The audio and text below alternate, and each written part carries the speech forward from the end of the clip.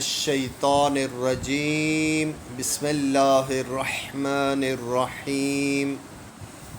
خداوند عالم کی حمد و ستائش۔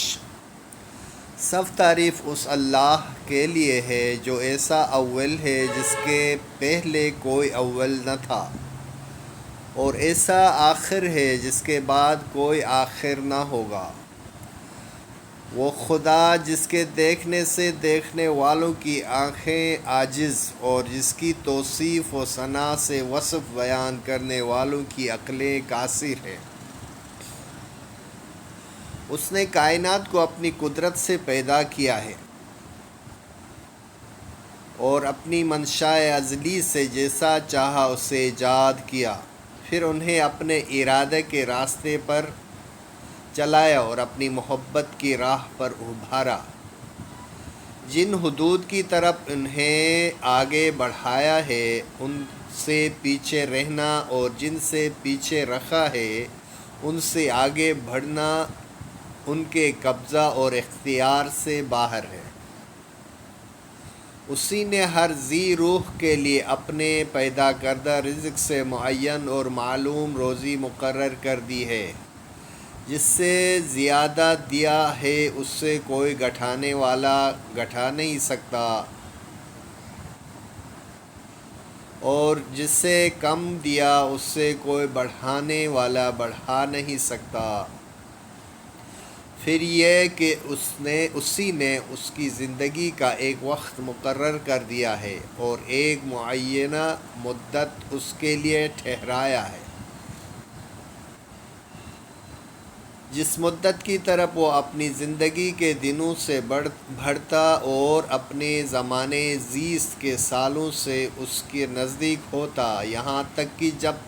زندگی کی انتہا کو پہنچ جاتا ہے اور اپنی عمر کا حساب پورا کر لیتا ہے، تو اللہ سبحانہ و تعالی اس سے اپنے ثواب بے پایاں تک جس کی طرف اس سے بلایا تھا، یا خوفناک عذاب کی جانب جس سے بیان کر دیا تھا، قبض روح کے بعد پہنچا دیتا ہے، تاکہ اپنے عدل کی بنا پر برے لوگوں کی اس بدعمالیوں کی سزا اور نیکوکاروں کو اچھا بدلہ دے۔ اس کے نام پاکیزہ اور اس کی نعمتوں کا سلسلہ لگاتار ہے۔ وہ جو کرتا ہے اس کی پوچھ گچھ اس سے نہیں ہو سکتی، اور لوگوں سے بہرحال باز پرس ہوگی۔ تمام تعریف اس اللہ کے لیے ہے، اگر وہ اپنے بندوں کو حمد اور شکر کی معرفت سے محروم رکھتا، ان پیہم عطیوں پر جو اس نے دیے ہیں، اور ان پہ در پہ نعمتوں پر جو اس نے فراوانی سے بخشی ہیں، تو وہ اس کی نعمتوں میں تصرف تو کرتے مگر ان کی حمد نہ کرتے، اور اس کے رزق میں فارغ البالی سے بسر تو کرتے مگر ان کا شکر بجا نہ لاتے، اور ایسے ہوتے تو انسانیت بھی حدوں سے نکل کر چوپاؤں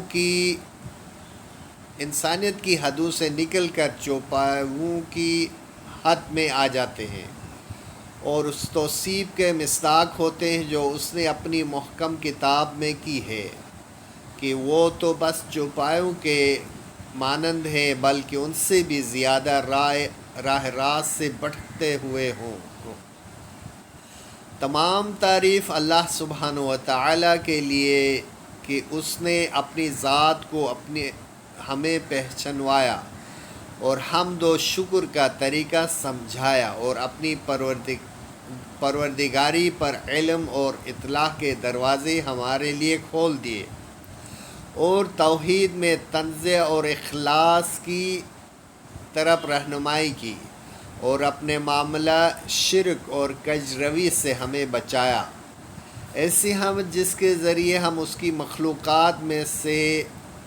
حمد گزاروں میں زندگی بسر کریں، اور اس کی خوشنودی اور بخشش کی طرف بڑھنے والوں سے سبقت لے جائیں۔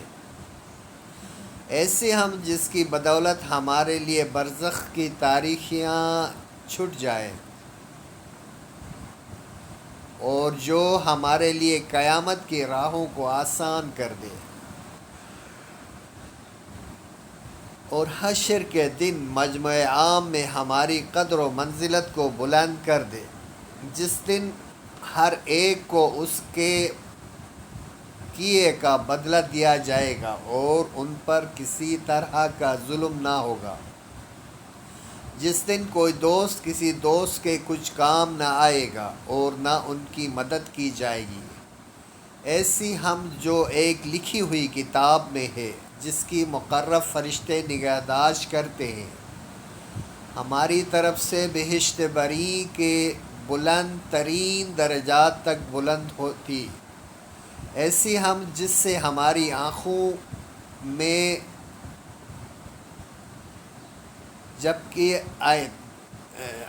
جبکہ تمام ٹھنڈک آنکھیں حیرت اور دہشت سے پھٹی کی پھٹی رہ جائیں گی، اور ہمارے چہرے روشن اور درخشاں ہوں گے جبکہ تمام چہرے سیاہ ہوں گے۔ ایسی ہم جس کے ذریعے ہم اللہ کی بھڑکاتی ہوئی اذیت دہ آگ سے آزادی پا کر اس کے جوار رحمت میں آ جائیں۔ ایسی ہم جس کے ذریعے ہم اس کے مقرب فرشتوں کے ساتھ شانہ بشانہ ٹکرائیں اور بڑھتے ہوئے اس منزل جاوید و مقام عزت و رفعت میں جس سے تغیر اور زوال نہیں، اس کے فرستادہ پیغمبروں کے ساتھ یکجا ہوں۔ تمام تعریف اس اللہ سبحانہ و تعالی کے لیے ہے جس نے خلقت و آفرینش کی تمام ہمارے لیے منتخب کیے اور پاک و پاکیزہ رزق کا سلسلہ ہمارے لیے جاری کیا، اور ہمیں غلبہ اور تسلط دے کر تمام مخلوقات پر برتری عطا کی۔ چنانچہ تمام کائنات اس کی قدر و منزلت سے ہمارے زیر فرمان اور اس کی قوت اور سربلندی کی بدولت ہماری اطاعت پر آمادہ ہیں۔ تمام تعریف اس اللہ سبحانہ و تعالی کے لیے ہے جس نے اپنے سوا طلب و حاجت کا ہر دروازہ ہمارے لیے بند کر دیا، تو ہم اس حاجت و احتیاج کے ہوتے ہوئے کیسے ان کی حمد و ثنا سے عہدہ برا ہو سکتے ہیں، اور کب اس کا شکر ادا کر سکتے ہیں؟ نہیں، کسی بھی وقت اس کا شکر ادا نہیں ہو سکتا۔ تمام تعریفیں اس اللہ سبحانہ و تعالی کے لیے ہے جس نے ہمارے جسموں میں پھیلنے والے اعصاب اور سمٹنے والے عضلات ترتیب دیے اور زندگی کی آسائشوں سے بہرہ مند کیا، اور کار و کسب کے اعضاء ہمارے اندر ودیعت فرمائے، اور پاک اور پاکیزہ روزی سے ہماری پرورش کی، اور اپنے فضل و کرم کے ذریعے ہمیں بے نیاز کر دیا، اور اپنے لطف و احسان سے ہمیں نعمتوں کا سرمایہ بخشا۔ پھر اس نے اپنے اوامر کی پیروی کا حکم دیا تاکہ فرمان برداری میں ہم کو اور نواہی کے عازمہ ارتکاب سے منع کیا تاکہ ہمارے شکر کو جانچے، مگر ہم نے اس کے حکم کی راہ سے انحراف کیا اور نواہی کے مرکب میں پر سوار ہو لیے۔ پھر بھی اس نے عذاب میں جلدی نہیں کی اور سزا دینے میں تعجیل سے کام نہیں لیا، بلکہ اپنے کرم اور رحمت سے ہمارے ساتھ نرمی کا برتاؤ کیا اور حلم و رافت سے ہمارے باز آ جانے کا منتظر رہا۔ تمام تعریف اس اللہ سبحانہ و تعالی کے لیے ہے جس نے ہمیں توبہ کی راہ بتائی، جس سے ہم نے صرف اس کے فضل و کرم کی بدولت حاصل کیا، تو اگر ہم اس کی بخششوں میں سے اس توبہ کے سوا اور کوئی نعمت شمار میں نہ لائیں تو یہی توبہ ہمارے حق میں ہے۔ اس کا عمدہ انعام بڑا احسان اور عظیم فضل ہے، اس لیے کہ ہم سے پہلے لوگوں کے لیے توبہ کے بارے میں اس کا یہ رویہ نہ تھا۔ اس نے تو جس چیز کے برداشت کرنے کی ہمیں طاقت نہیں ہے وہ ہم سے ہٹا لی اور ہماری طاقت سے بڑھ کر ہم سے ذمہ داری عائد نہیں کی، اور صرف سہل و آسان چیزوں کی ہمیں تکلیف دی ہے، اور ہم میں سے کسی ایک کے لیے حیل و حجت کی گنجائش نہیں رہنے دی، لہٰذا وہی تباہ ہونے والا ہے جو اس کی منشا کے خلاف اپنی تباہی کا سامان کرے، اور وہی خوش نصیب ہے جو اس کی طرف توجہ و رغبت کرے۔ اللہ کے لیے حمد و ستائش ہے، ہر وہ حمد جو اس کے مقرب فرشتے، بزرگ ترین مخلوقات اور پسندیدہ حمد کرنے والے بجا لاتے ہیں، ایسی ستائش جو دوسری ستائشوں سے بڑی چڑھی ہوئی ہیں، جس طرح ہمارے پروردگار تمام مخلوقات سے بڑھا ہوا ہے، پھر اسی کے لیے حمد و ثنا ہے، اسی کی ہر نعمت کے بدلے جو اس نے ہمیں اور تمام گزشتہ باقی ماندہ بندوں کو بخشی ہے، ان تمام چیزوں کے شمار کے برابر جن پر اس کا علم حاوی، اور ہر نعمت کے مقابلے میں دگنی چگنی جو قیامت کے دن تک دائمی اور ابدی ہو، ایسی ہم جس کا کوئی آخری کنارہ اور جس کی گنتی کا کوئی شمار نہ ہو، جس کی حد اور نہایت دسترس سے باہر اور جس کی مدت غیر مختتم ہو، ایسی حمد جو اس کی اطاعت اور بخشش کا وسیلہ، اس کی رضامندی کا سبب اور اس کی مغفرت کا ذریعہ، جنت کا راستہ، اس کا عذاب سے پناہ،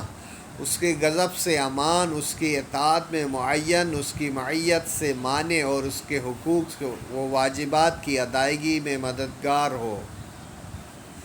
ایسی ہم جس کے ذریعے اس کے خوش نصیب دوستوں میں شامل ہو کر خوش نصیب قرار پائے اور شہیدوں کے زمرے میں شمار ہوں، جو اس کے دشمنوں کی تلواروں سے شہید ہو، بے شک وہی مالک و مختار اور قابل ستائش ہے۔